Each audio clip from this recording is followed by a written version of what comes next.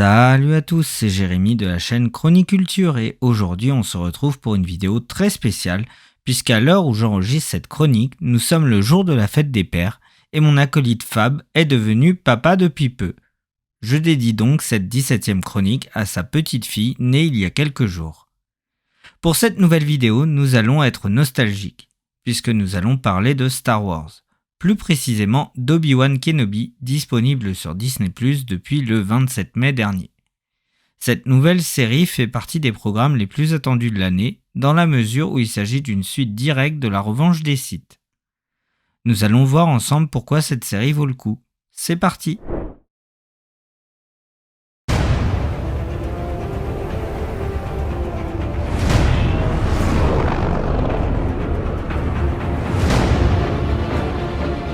Ils arrivent. Reste caché. Ou nous ne survivrons pas.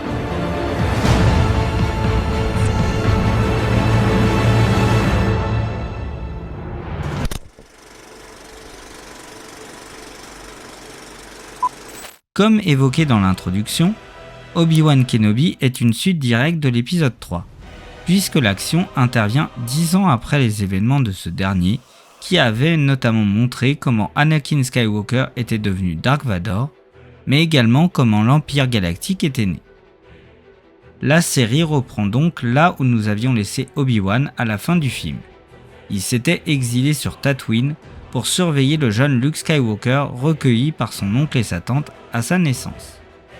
Sa sœur, quant à elle, a été recueillie par le sénateur Organa pour qu'elle puisse grandir loin du giron de l'Empire sur la planète Alderaan.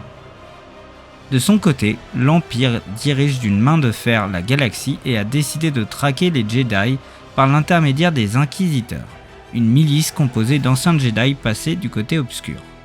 Voilà grosso modo le point de départ de la série, qui évidemment va évoluer de manière plus complexe, mais afin d'éviter les spoils, je préfère m'arrêter là.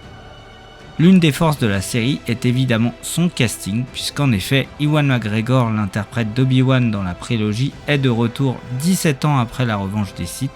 Il n'est évidemment pas le seul, puisqu'Aiden Christensen, l'interprète d'Anakin Skywalker depuis l'attaque des clones, est également de retour sous l'armure de Dark Vador.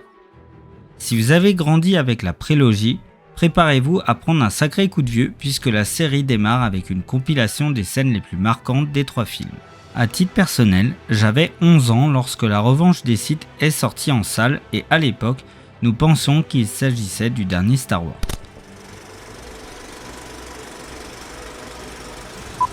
Si la prélogie s'est terminée en 2005, Star Wars n'a pas disparu des écrans, bien au contraire, puisque de nombreux projets et des jeux vidéo ont permis de tenir en haleine les nombreux fans. Citons notamment la série The Clone Wars diffusée entre 2008 et 2020, ou des jeux comme Star Wars Le Pouvoir de la Force, voire même les différents Lego Star Wars.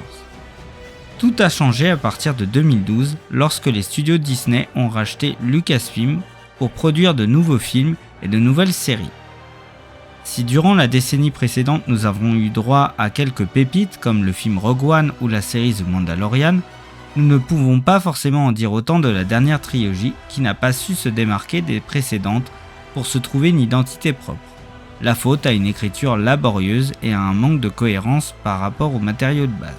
À l'origine, Star Wars Obi-Wan Kenobi devait être un film réalisé par le réalisateur britannique Stephen Daldry, qui a notamment réalisé le film Billy Elliot en 2000. Ewan McGregor devait revenir, mais le projet a été longtemps une rumeur et n'avait pas été officiellement confirmé jusqu'à la sortie de la série.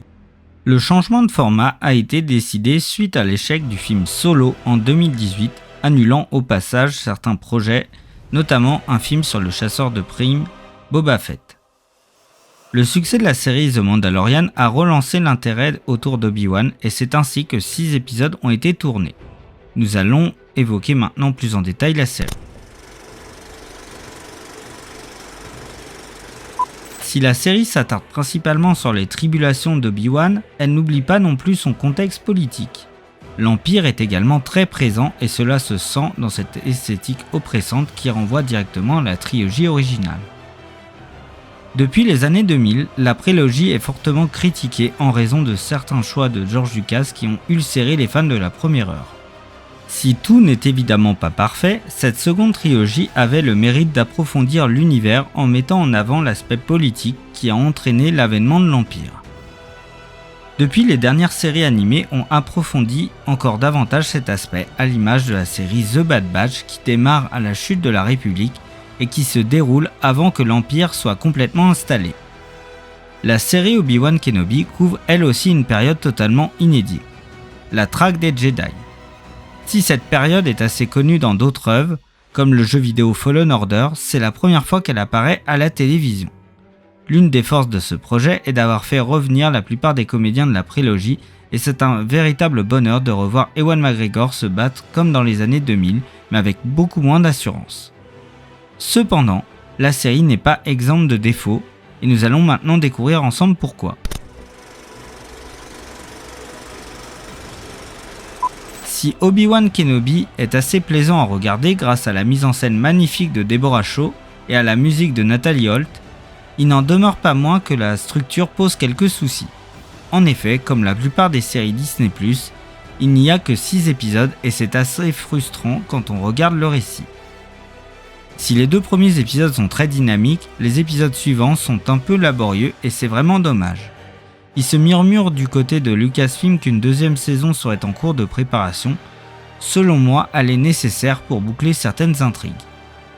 Au final, Obi-Wan Kenobi est une très bonne série qui a le mérite de nous montrer ce que l'ancien maître Jedi a fait entre les épisodes 3 et 4, mais surtout les conséquences des événements du film La Revanche des Sith sur la psychologie des personnages.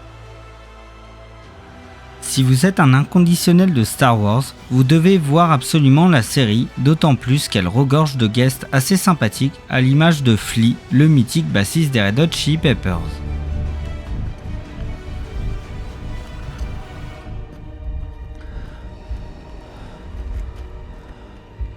You cannot run, Obi-Wan.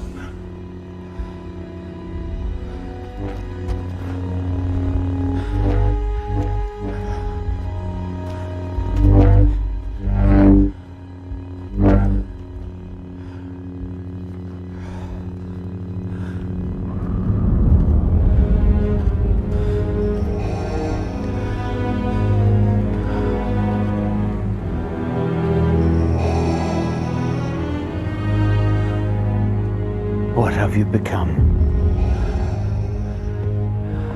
I am what you made me.